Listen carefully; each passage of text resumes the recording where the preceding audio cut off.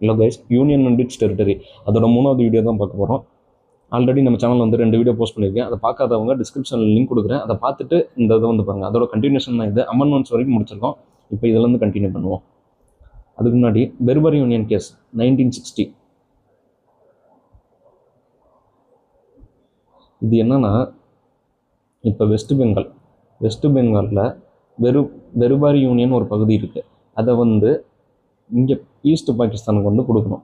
East Pakistan பங்களாதேஷ்க்கு வந்து கொடுக்கணும். இதை வந்து கொஸ்டின் வந்து சுப்ரீம் கோர்ட்டுக்கு வந்து ரைஸ் ஆகுது. என்னன்னு ரைஸ் ஆகுதுன்னா, ஆர்டிகல் 3 என்ன பார்த்துருக்கோம், இன்டர்னல் ரீஅட்ஜஸ்ட்மெண்ட் ஆஃப் ஸ்டேட்ஸ். ஒரு இந்தியன் யூனியனுக்குள்ள இருக்க ஸ்டேட்ஸை வந்து பவுண்டரி வந்து இன்க்ரீஸ் பண்ணிக்கலாம், ஏரியா வந்து டிக்ரீஸ் பண்ணிக்கலாம், அதோட பவுண்டரி ஆல்டர் பண்ணிக்கலாம், அதோட ஸ்டேட்டோட நேம் வந்து சேஞ்ச் பண்ணிக்கலாம். இதெல்லாம் ஆர்டிகல் 3 மூலியமாக பண்ணிக்கலாமா? அப்போ ஆர்டிகல் 3 மூலியமாக பண்ணுறத இந்த இந்தியன் டெரிட்டரி வந்து ஃபாரின் டெரிட்டரிக்கு ட்ரான்ஸ்ஃபர் பண்ணுறோம்ல, இது ஆர்டிகல் 3ல வந்து கவர் ஆகுமான்ற ஒரு கேள்வி வந்து சுப்ரீம் கோர்ட்டுக்கு வந்து ரைஸ் ஆகுது. அப்போ சுப்ரீம் கோர்ட் வந்து இந்த பெர்பரி யூனியன் கேஸ் ஜட்மெண்ட்டில் என்ன சொல்லுதுன்னா, ஆர்டிகல் 3 மூலியமாக இந்தியன் டெரிட்டரி, இந்தியா எல்லைக்குள்ளே இருக்க ஒரு பகுதியை வந்து ஃபாரின் டெரிட்டரிக்கு வந்து கொடுக்க முடியாது ஆர்டிகல் 3 மூலியமானு சொல்லிருச்சு.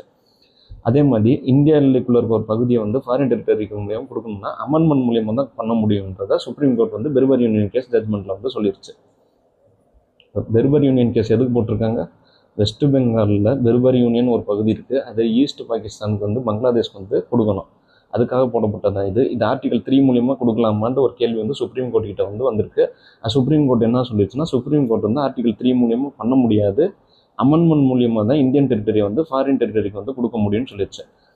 அப்போ இந்த judgement Supreme Court Berubari union case ஜட்மெண்ட்டில் இப்படி சொல்லிடுச்சா. சொன்னதுக்கப்புறம் பார்லிமெண்ட் என்ன பண்ணுதுன்னா, 9th கான்ஸ்டிடியூஷனல் அமெண்ட்மெண்ட் ஆக்ட் 1960 இதை போட்டு வெஸ்ட் பெங்காலில் இருக்க பெர்பரி யூனியனை ஈஸ்ட் பாகிஸ்தான் பங்களாதேஷ்க்கு வந்து கொடுத்துருச்சு. ஓகே, இந்த பாயிண்ட் ஆட் பண்ணிக்கோங்க. இப்போ இதை பார்ப்போம். இப்போ இந்தியாவில் வந்து 28 ஸ்டேட்ஸ் 8 யூனியன் டெரிட்டரிஸ் இருக்குது. அந்த 8 யூனியன் டெரிட்டரிஸ் என்னன்னா, Andaman Nicobar, Chandigarh, Dadra and Nagar Haveli, Daman and Diu, Delhi, Jammu and Kashmir, Ladakh, Lakshadweep, Puducherry. Okay, இப்போ Dadra Nagar Haveli and Daman and Diu single டெரிட்டரியாக வந்து கன்சிடர் பண்ணோம். 2019 வந்து தாத்ரா நாகர் ஹவேலி தனி டெரிட்டரியாகவும் யூனியன் டெரிட்டரியாகவும், டாமன் அண்ட் டையூ வந்து தனி யூனியன் டெரிட்டரியாகவும் இருந்துச்சு. ஜம்மு அண்ட் காஷ்மீர், லடாக் 2019 போட்டிருக்கேன்ல, அது என்னன்னா, Jammu and Kashmir reorganisation act 2019. இதுபடி என்ன ஆகுதுன்னா, ஜம்மு அண்ட் காஷ்மீர்ன்ற ஒரு ஸ்டேட் வந்து ரெண்டாக உடையுது. ஒன்று ஜம்மு அண்ட் காஷ்மீர் லடாக், ஜம்மு அண்ட் காஷ்மீர்ன்ற ஒரு யூனியன் டெரிட்டரியாகவும், இன்னொன்று லடாக்ன்ற ஒரு யூனியன் டெரிட்டரியாகவும் உடையுது. இதுதான் ஜம்மு அண்ட் இது எது மூலியமாக பிரிச்சிருக்காங்கன்னா, Jammu and Kashmir reorganisation act 2019 மூலமாக பிரிச்சிருக்காங்க.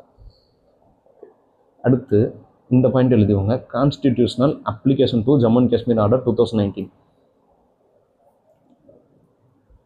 Constitutional application to Jammu and Kashmir order 1954. இப்போ இதுக்கு ஜம்மு அண்ட் காஷ்மீருக்குன்னு ஒரு ஓன் கான்ஸ்டியூஷன் இருக்கும். ஆர்டிகல் 370 வந்து ஸ்பெஷல் ஸ்டேட்டஸ் வந்து இருக்கும். ஆர்டிகல் 35A இதெல்லாம் வந்து எல்லாமே ரிமூவ் பண்ணிட்டாங்க. எது மூலியமாக பண்ணியிருப்பாங்கன்னா, constitutional application to Jammu and Kashmir order 2019 இது மூலியமாக பண்ணியாச்சு.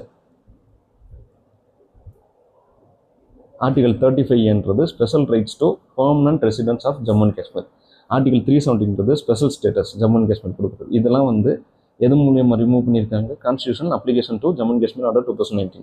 அப்போ இதெல்லாம் ரிமூவ் பண்ணிட்டு இப்போ இந்திய அரசியலமைப்பு கான்ஸ்டியூஷன் ஆஃப் இந்தியாவில் இருக்க எல்லா ப்ரொவிஷன்ஸும் ஜம்மு அண்ட் காஷ்மீருக்கும் அப்ளை ஆகும்னு சொல்லியாச்சு.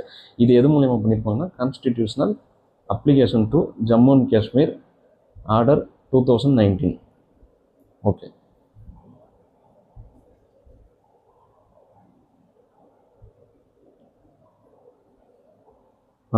இதில் என்ன பியூட்டின்னா, ஆர்டிகல் 370 என்ன தான் ரிவோக் பண்ணியிருந்தாலும் இந்த டெக்ஸ்ட் ஆர்டிகல் 370ன்ற வார்த்தை வந்து இந்திய அரசியலமைப்பில் கண்டினியூ பண்ண போகிறோன்றதை இங்கே மென்ஷன் பண்ணியிருக்கேன். Inoperative article 370 continue to remain in the text of constitution of India. இப்போ நான் மேலே சொன்னேன்ல, அதுதான் இங்கே போட்டிருக்கேன். ஆர்டிகல் 3 வந்து ஒரு கொஸ்டின் வந்து ரைஸ் ஆகிருக்கு. ஆர்டிகல் 3 வந்து covers the power to cede Indian territory to foreign territory. இது வந்து கொஸ்டின் வந்து சுப்ரீம் கோர்ட்டில் வந்து ரைஸ் ஆயிருக்கு. இது கான்டெக்ட் என்னன்னா, பெர்பரி யூனியன் கேஸ் சம்மந்தப்பட்ட கேஸ் தான் அது. அப்போ சுப்ரீம் கோர்ட் ஜட்மெண்ட் என்ன கொடுக்குன்னா, ஆர்டிகல் 3 மூலியமாக இந்தியன் டெரிட்டரி, இந்தியா எல்லைக்குள்ள இருக்க ஒரு பகுதியை வந்து ஃபாரின் டெரிட்டரிக்கு கொடுக்க முடியாது. அப்போ இந்தியன் எல்லைக்குள்ளே இருக்க ஒரு பகுதியை வந்து ஃபாரின் டெரிட்டரிக்கு கொடுக்கணும்னா அமெண்ட்மெண்ட் மூலியமாக தான் கொடுக்க முடியும். அப்படி தான் பார்லிமெண்ட் வந்து 9th கான்ஸ்டியூஷனல் அமெண்ட்மெண்ட் 1960 பண்ணி வெஸ்ட் பெங்காலில் இருக்க பெர்பர் யூனியனை வந்து ஈஸ்ட் பாகிஸ்தான் பங்களாதேஷ்க்கு வந்து கொடுத்துருச்சு. ஓகே,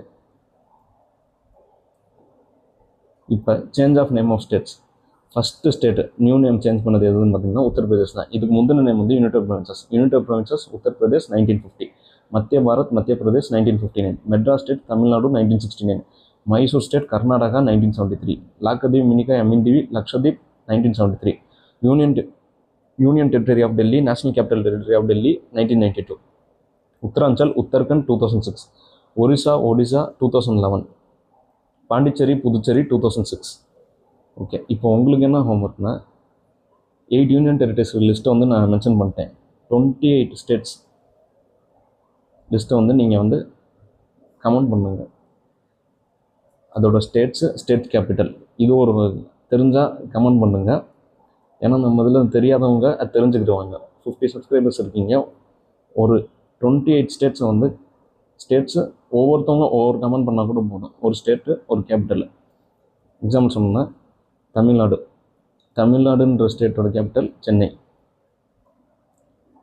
அதே மாதிரி மெட்ராஸுன்ற ஸ்டேட்டு வந்து தமிழ்நாடுன்னு நேம் சேஞ்ச் பண்ணியாச்சு. இது ஒன்று.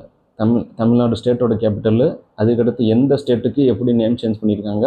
அடுத்து சிட்டி, மெட்ராஸ்னு ஒரு இந்த சிட்டியை வந்து சென்னைன்னு நேம் சேஞ்ச் பண்ணியிருக்கோம். இப்போ இதை கமெண்ட் பண்ணுங்கள். குறிப்பாக வந்து change of name of cities மெட்ராஸை சென்னைன்னு மாற்றியாச்சு. அடுத்து மைசூருன்னு இருக்கும், மைசூருன்னு மாற்றிருப்பாங்க. பெங்களூர், அதே மாதிரி பெங்களூரை பெங்களூருன்னு மாற்றிருப்பாங்க. இப்போ இந்த மாதிரி change of name of cities மட்டும் கூட நீங்கள் கமெண்ட் பண்ணுங்க. ஒருத்தவங்க இந்த மாதிரி கமெண்ட் பண்ணிங்கன்னா தெரியாதவங்க தெரிஞ்சுக்கிடுவாங்க. அதனால தெரிஞ்சவங்க சேஞ்ச் ஆஃப் நேம் ஆஃப் சிட்டிஸை மட்டும் கமெண்ட் பண்ணுங்கள். Okay, thank you guys. அப்போ இதோட union and it's territory video வந்து முடியுது. இப்போ உங்களுக்கு வந்து பட்ஜெட் வந்து ரிலீஸ் பண்ணியிருக்காங்க. அந்த பட்ஜெட் சம்மந்தப்பட்டது, பட்ஜெட் ஹைலைட்ஸ் இல்லாமல் பட்ஜெட் வந்து 6 ஸ்டேஜஸ் வந்து ஃபாலோ பண்ணி தான் பட்ஜெட் வந்து நடைமுறைக்கு வந்திருக்கும். அந்த 6 ஸ்டேஜஸ் இன் பட்ஜெட்டை அதை வந்து நான் உங்களுக்கு வீடியோவை போடுவேன்.